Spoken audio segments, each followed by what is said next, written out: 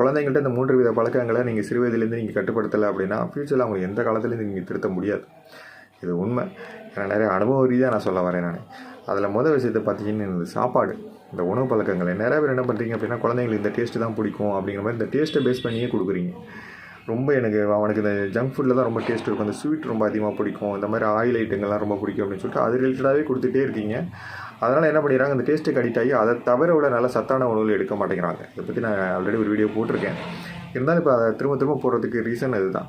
நிறைய குழந்தைகள் அப்படி தான். என் குழந்தைங்க நான் வந்து மதியம் லஞ்ச் பாக்ஸ் கொடுத்து விடுவேன், ஒன்று கூட சாப்பிட மாட்டேங்கிறான், அப்படியே கொண்டு வரான்னு சொல்லுவாங்க. ஏன்னா நம்ம ஜங்க் ஃபுட்டை நம்ம மதிய சாப்பாடில் கொடுத்து விட முடியாது. அதே இடத்துல ஜங்க் ஃபுட் ரொம்ப கெடுதி. சில குழந்தைங்க வந்து விருப்பப்படுறாங்கன்னு சொல்லிட்டு 3 நேரம் நூடுல்ஸ் கொடுக்கக்கூடிய பேரண்ட்ஸும் இருக்காங்க. அது அதை விட ரொம்ப டேஞ்சர். சிறு வயதிலே கல்லீரல் பாதிப்புலாம் வந்துருச்சுன்னா நம்ம என்ன பண்ண முடியும்? ஒன்றுமே பண்ண முடியாது. அதனால் தயவு செஞ்சு ரொம்ப இந்த மாதிரியான டேஸ்ட் அதிகமாக உள்ளதை நீங்கள் நினைக்காதீங்க. அதில் ஏதாவது நியூட்ரிஷன் இருக்கான்னு யோசிங்க.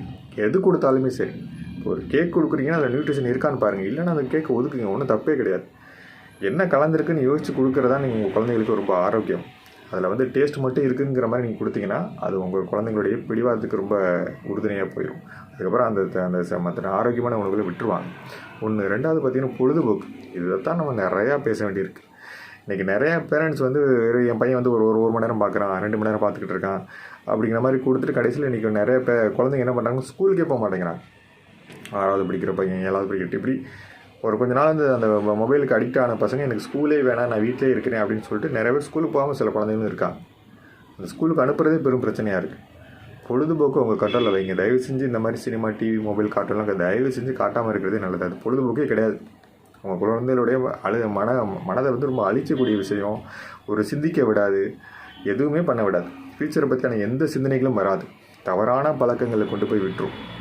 தயவு செஞ்சு சினிமாவை பற்றி உங்கள் குழந்தைங்க பேசுகிறான்னா தயவு செஞ்சு அவாய்ட் பண்ணுங்க. நீங்களும் அந்த குழந்தையோடு சேர்ந்து சினிமாவை பற்றி பேசாதீங்க. சினிமாவில் எந்த சிந்திக்கும் திறனையும் கிடையாது. குழந்தைங்களுக்கு அது பொழுதுபோக்கும் கிடையாது. ஒரு 30-40 வயசுக்கு மேலே வேணால் அவங்களுக்கு அந்த ஒரு பொழுதுபோக்கு அப்படிங்கிறது ஒரு சிந்திக்கும் திறன் இருக்கும். இதில் தப்பு இருக்குது, இது சரி இருக்குன்னு. அந்த குழந்தைங்களுக்கு எந்த சிந்திக்கும் திறனும் இருக்காது. இதுதான் சரி அப்படிங்கிற மாதிரி அவங்க தவறான வழிகளுக்கு போகிறதுக்கான வாய்ப்புகள் நிறையா இருக்குது. நீங்கள் மொபைலில் வந்து நீங்கள் கொடுத்துட்டு அமைதியாக உட்காந்துருக்கீங்கன்னா சில குழந்தைகள் ஆபாச வலைத்தளங்களுக்கும் போயிடுறாங்க. அந்த மாதிரியான சம்பவங்களும் நடக்குது. ஆபாச வலைத்தளங்கள் போனவங்களும் நீங்கள் எந்த விதத்துலையும் நீங்கள் திருத்தலாம் முடியாது. ரொம்ப கஷ்டம். புரியாத வயசில் போய் அவங்க அதை போய் பார்த்துட்டு அவங்களுக்கு என்ன மாதிரியான எண்ணங்கள் தோணும் சொல்லுங்கள். அதாவது நீங்கள் எந்த விதத்துலையும் அவங்கள மனதிலேருந்து அழிக்க முடியாது. அந்த மாதிரியான சம்பவங்களும் நடக்குது. அதனால தான் நான் திரும்ப இதை நான் சொல்கிறேன். 3வது விஷயம் அவங்களோட கோபம், பிடிவாதம். நீங்கள் சின்ன குழந்தையிலேருந்து நீங்கள் ரொம்ப செல்லமாக வளர்க்குறீங்க, குழந்தைங்க அழக்கூடாதுன்னு நினைக்கிறீங்க, எல்லாமே சரி தான். ஆனால் கொஞ்சம் சின்ன தோல்விகளை கொடுத்தா மட்டும்தான் அவங்களுக்கு அந்த பிடிவாதத்தன்மைங்கிறது குறையும். இதுலேயும் ஒரு பக்குவம் வரும். கோபமும் வந்து நம்ம குழந்தைங்க அழுதுறாங்களேன்னு சொல்லிட்டு நம்ம உடனே நம்ம எல்லாத்தையும் வாங்கி கொடுத்துக்கிட்டே இருந்தோம் அப்படின்னா அவங்களுடைய பிடிவாத குணம் அதிகமாகிக்கிட்டே தான் போகும். நிறைய விஷயம் நீங்கள் எனக்கு தெரிஞ்சு பொருளாக வாங்கி கொடுக்குறத விட நிறைய அறிவு சார்ந்த விஷயங்களுக்கு நிறையா அவங்களை ஊக்கப்படுத்து. நிறையா விளையாட்டுலேருந்து ஏகப்பட்ட கலைகள்லேருந்து ஏதாவது கற்றுக்கிறதுக்கு அந்த மாதிரியான விஷயங்களை ஊக்கப்படுத்துங்க. எல்லா விதத்துலேயும் உடனே நம்ம வாங்கி கொடுக்கணும் அப்படின்னா நம்ம கண்டிப்பாக அவங்களுடைய பிடிவாதம் உச்சபட்சத்துக்கு போயிடும்.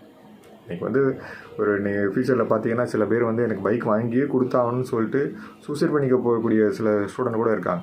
காரணம் அவங்க அந்த தோல்வியில் தாங்கிக்க முடியாத ஒரு சூழ்நிலை. சின்ன வயசுலேருந்து நம்ம தோல்வியிலே கொடுக்குறதே கிடையாது. சின்னதாக அழுதுருச்சுன்னா அவ்வளோதான்.